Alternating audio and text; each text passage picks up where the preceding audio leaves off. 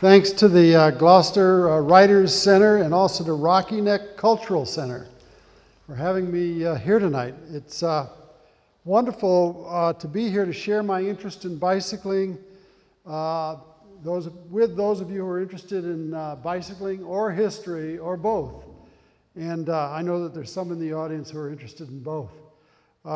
Today the news tells us much about the conflict between bicycles and cars, but that's old news too. Just hear this story from the Boston Journal of August 31st, 1897. Look at the headline, "Escaped Death, both in hospital and one may not recover." If you look into the story that was published that day, the newspaper said, one crash involved a 15-year-old West Medford boy, Sylvester Parham.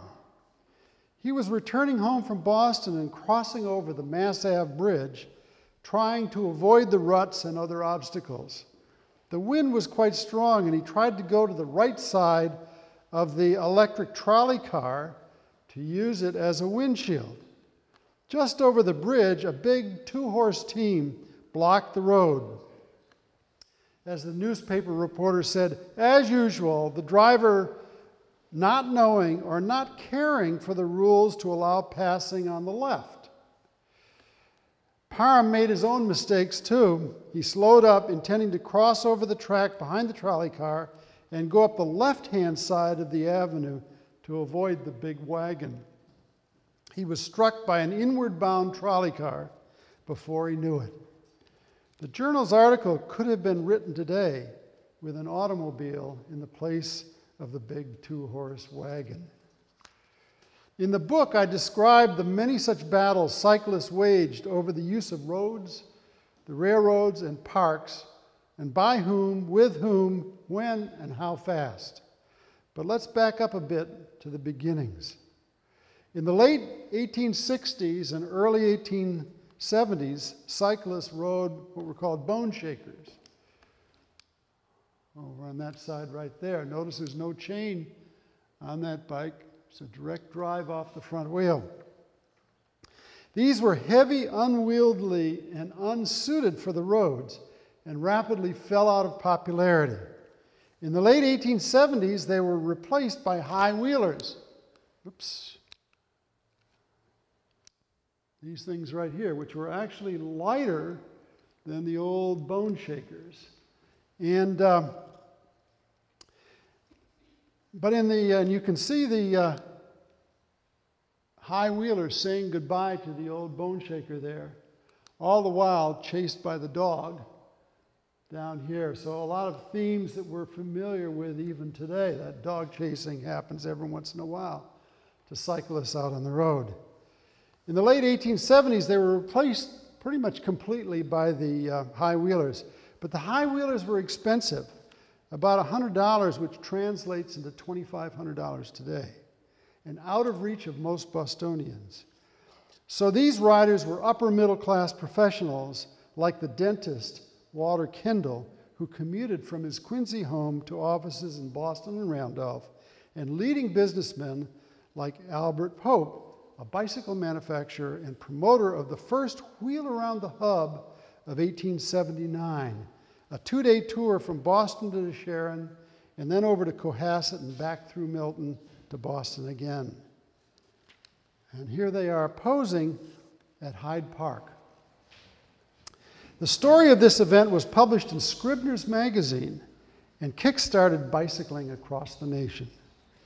Women got started too, and along with the less athletic men, traveled on tricycles.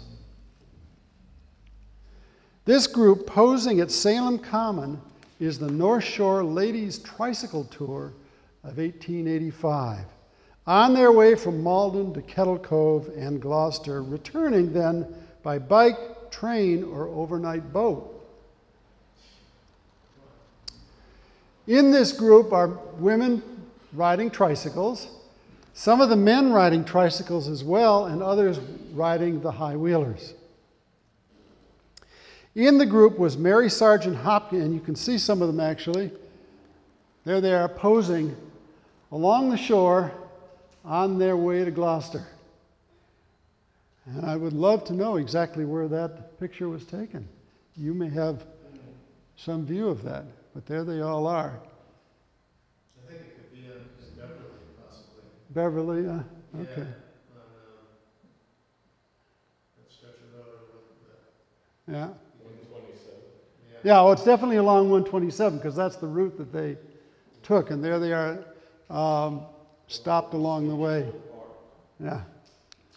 And there's one of the cyclists, Abbott Bassett, with Dora, his wife, on a sociable tricycle, which is to say they were riding side by side, also on the North Shore Ladies Tricycle Tour of 1885. One of the people along for the ride was Mary Sargent Hopkins, a self-proclaimed expert on women's cycling and cycling clothing, a proponent of the long skirt for cycling, and later the publisher of Boston's Wheelwoman magazine. And there's the front cover of her magazine, a husband and wife, obviously, traveling on a tandem bicycle. Because of the expansion of cycling brought about when high wheels and tricycles were replaced by safety bicycles, similar to what we ride today, with chains, brakes, and pneumatic tires, many more cycling clubs formed and became full-service, all-season, athletic and social organizations. There were ethnically oriented clubs like the Riverside Cycle Club, whose African-American membership came mainly from Cambridgeport and the West End of Boston, and the Boston Italian Wheelmen from the North End. There were also religiously defined groups like the Eagles Cycle Club of the Young Men's Catholic Association. There were also college clubs. There's the Wellesley College Cycle Club of 1893. A whole infrastructure grew up around cycling. Manufacturers abounded, such as this one, the Eastern Cycling Manufacturing Company of Amesbury. Newspaper coverage became so big that a group of newspaper reporters started a group called the Press Cycling Club. The clubs toured and raced and serenaded with special bicycle music. Massachusetts Bicycle Club March by Walter Dolbear. The music celebrated their clubs and cyclist participation in the movement for good roads. That's a two-step march. They paraded in uniforms and distinctive club hats, along with floats, bands, mascots, and caricatures. Here's the Styles Band of Lynn readying to cycle in a Boston bicycle parade of 1896 that attracted thousands of participants and many more onlookers. Cycling clubs held parties, balls, cotillions, and minstrel shows, and competed with other clubs at baseball and bicycle polo. In the winter, they played whist and billiards, bowled and danced, and bicycle skated. The breadth of these social and athletic activities helps to understand the move to exclude certain of them, the, quote, colored clubs, from membership in the National League of American Wheelmen. And it provides a context for the struggle over women's rights, too. On July 4th, 1895, the Waltham Bicycle Park featured a lot of racing and also a bicycle costume contest. The verdict of the judges was expected to decide the question of preference between bloomers, knickerbockers, and skirts, long or short. The long skirt lost. The winner was a bloomer-wearing biracial young seamstress named Kitty Knox. The newspapers reported that some of the women in the grandstand showed their disapproval of the bloomer and knickerbocker costumes by roundly hissing their wearers. These were the traditionalist ladies, likely including a pioneering tricyclist, Mary Sargent Hopkins, publisher of the Wheelwoman. The following week, Boston cyclists left by steamship and train for the seaside resort of Asbury Park, New Jersey, to join thousands of other cyclists from around the country to socialize, politic, tour, and race at the largest yet annual meet of the League of American Wheelmen. Even on their cycling escape, the Bostonians could not avoid the era's social conflicts. Among the cyclists was Kitty Knox, the recent custom winner in Waltham. There she is. Thank you. Some of the Asbury Park officials protested against permitting Miss Knox to remain a member of the league because of a recently enacted league color bar. The Wheelwoman magazine objected to the notoriety of Kitty Knox's confrontation with the color bar, and also possibly because she wore bloomers rather than a skirt. And as you can clearly see here, she was riding a man's bike. And she danced at the league ball. But Kitty had her supporters. African-American State Representative Robert Timo of Boston's West End had convinced the Massachusetts State Legislature to pass a resolution denouncing the league's color bar.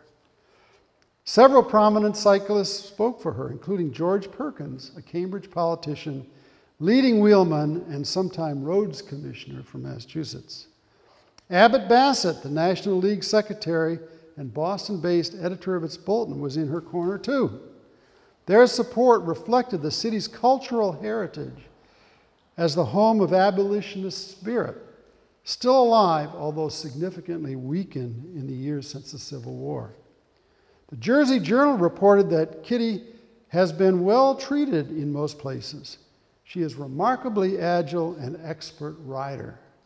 She toured with a party of wheelmen, and the Cycle Trade Journal reported that she had had her revenge, since she was appointed to set the pace and finished far ahead of her lighter-hued sisters.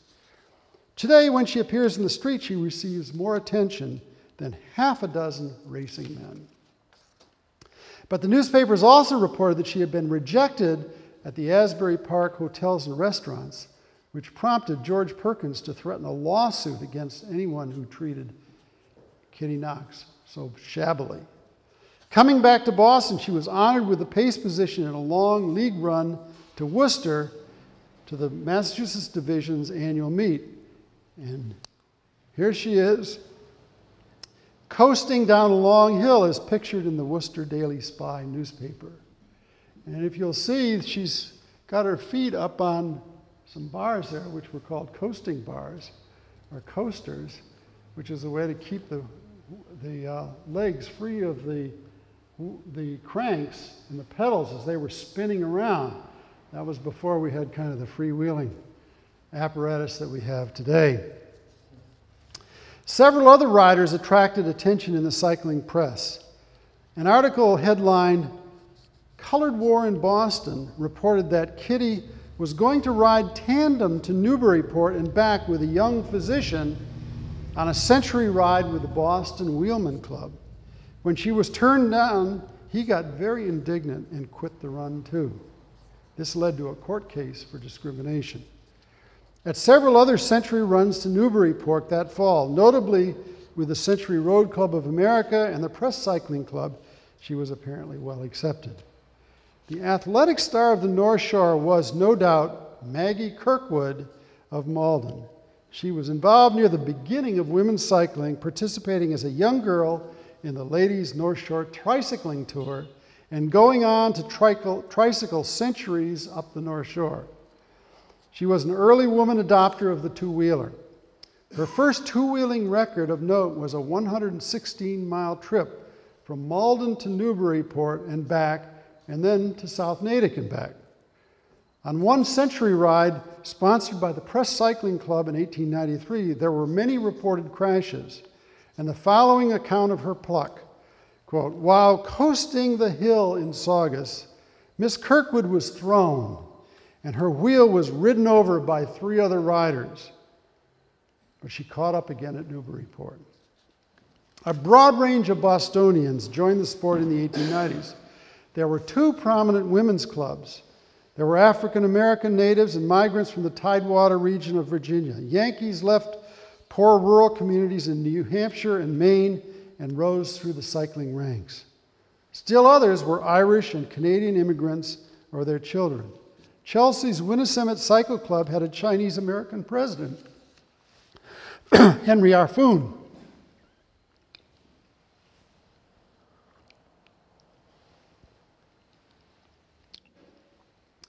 In October 1894, Arfoon joined the club's century race. The race started well, but the last 50 miles were done in a torrential rainstorm. The riders were soon covered with a thick coating of mud. Worse still, due to the abysmal road conditions, 7 men took to the sidewalk in Revere.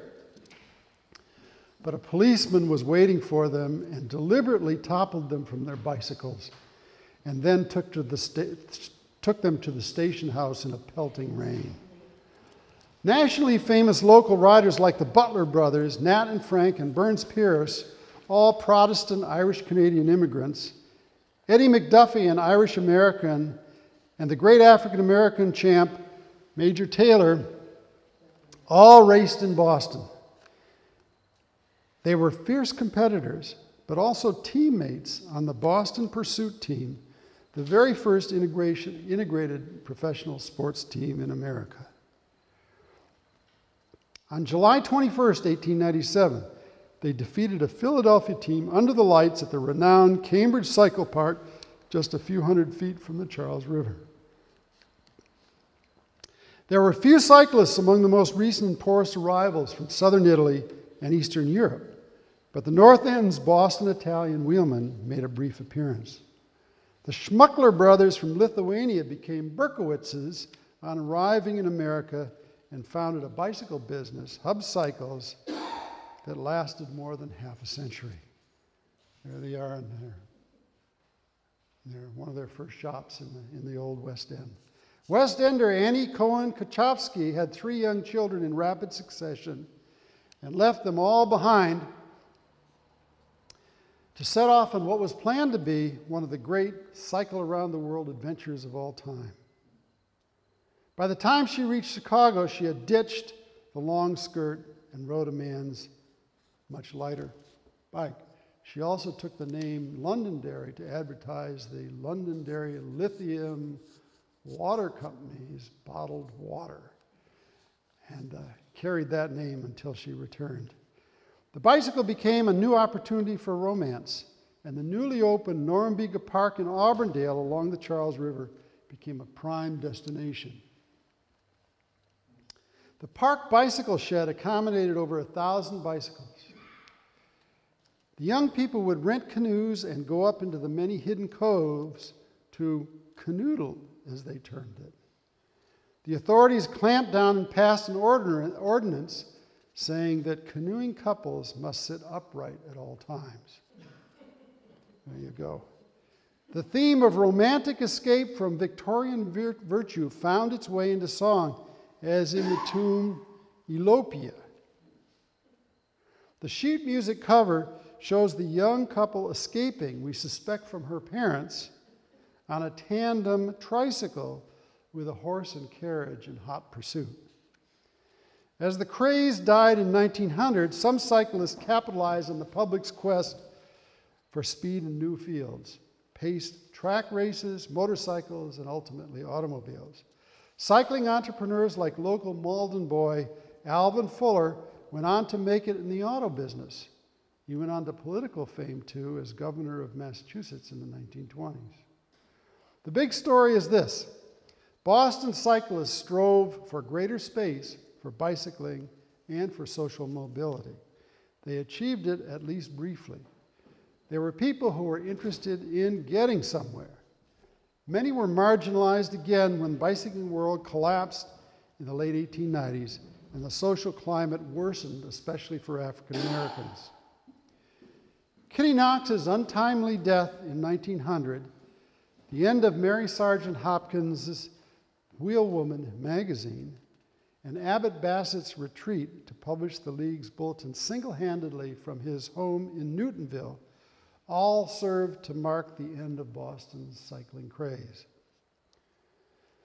Well, to avoid ending things on such a down note, I want to end instead with another aspect of bicycling, its poetry.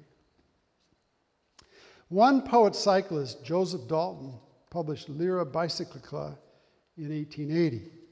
In it, he rewrote famous poets to introduce bicycling themes, including a series called Sonnets by William Shakespeare. And he advertised a special racy edition for 10 cents more, available only at his Union Park South End home. The theme of escape from parental authority we saw in the musical piece Elopia was repeated as alternative verses to Longfellow's Midnight Ride of Paul Revere. Nixon Waterman of the League's Bulletin retitled it Paul Revere Jr.'s Ride, and wrote of a daughter instructed by her tandem riding lover to signal with a lantern from her window. One if you stay, and two if we flee, and I in the lane below will be. They fled on a tandem to elope, chased by her father. At the time of the League's Silver Jubilee in 1905, with bicycling in decline, several last big events occurred in Boston. The old-time wheelmen gathered at Chestnut Hill Reservoir. At their banquet, Quincy Kilby, treasurer of the Boston Theater, now the Boston Opera House, and leading cyclist, penned this verse, and I'd like to close with it. 25 years of wheeling, pleasant and quickly passed. 25 years of pedal and puff, and the top of the hill at last. 25 years of health and strength, of frolic and fun galore. Our lungs breathe deep, our hearts beat strong, and we're ready for 25 more. And here they are reenacting the wheel around the club, wheel around the hub, and ready for 25 more. And finally, here the Massachusetts wheelmen posing in front of the Boston Public Library just after it opened in 1895. So this is a sampling of some of the stories in the book, Boston Cycling Craze, and I'll be happy to close now and answer any questions you've got. Thank you.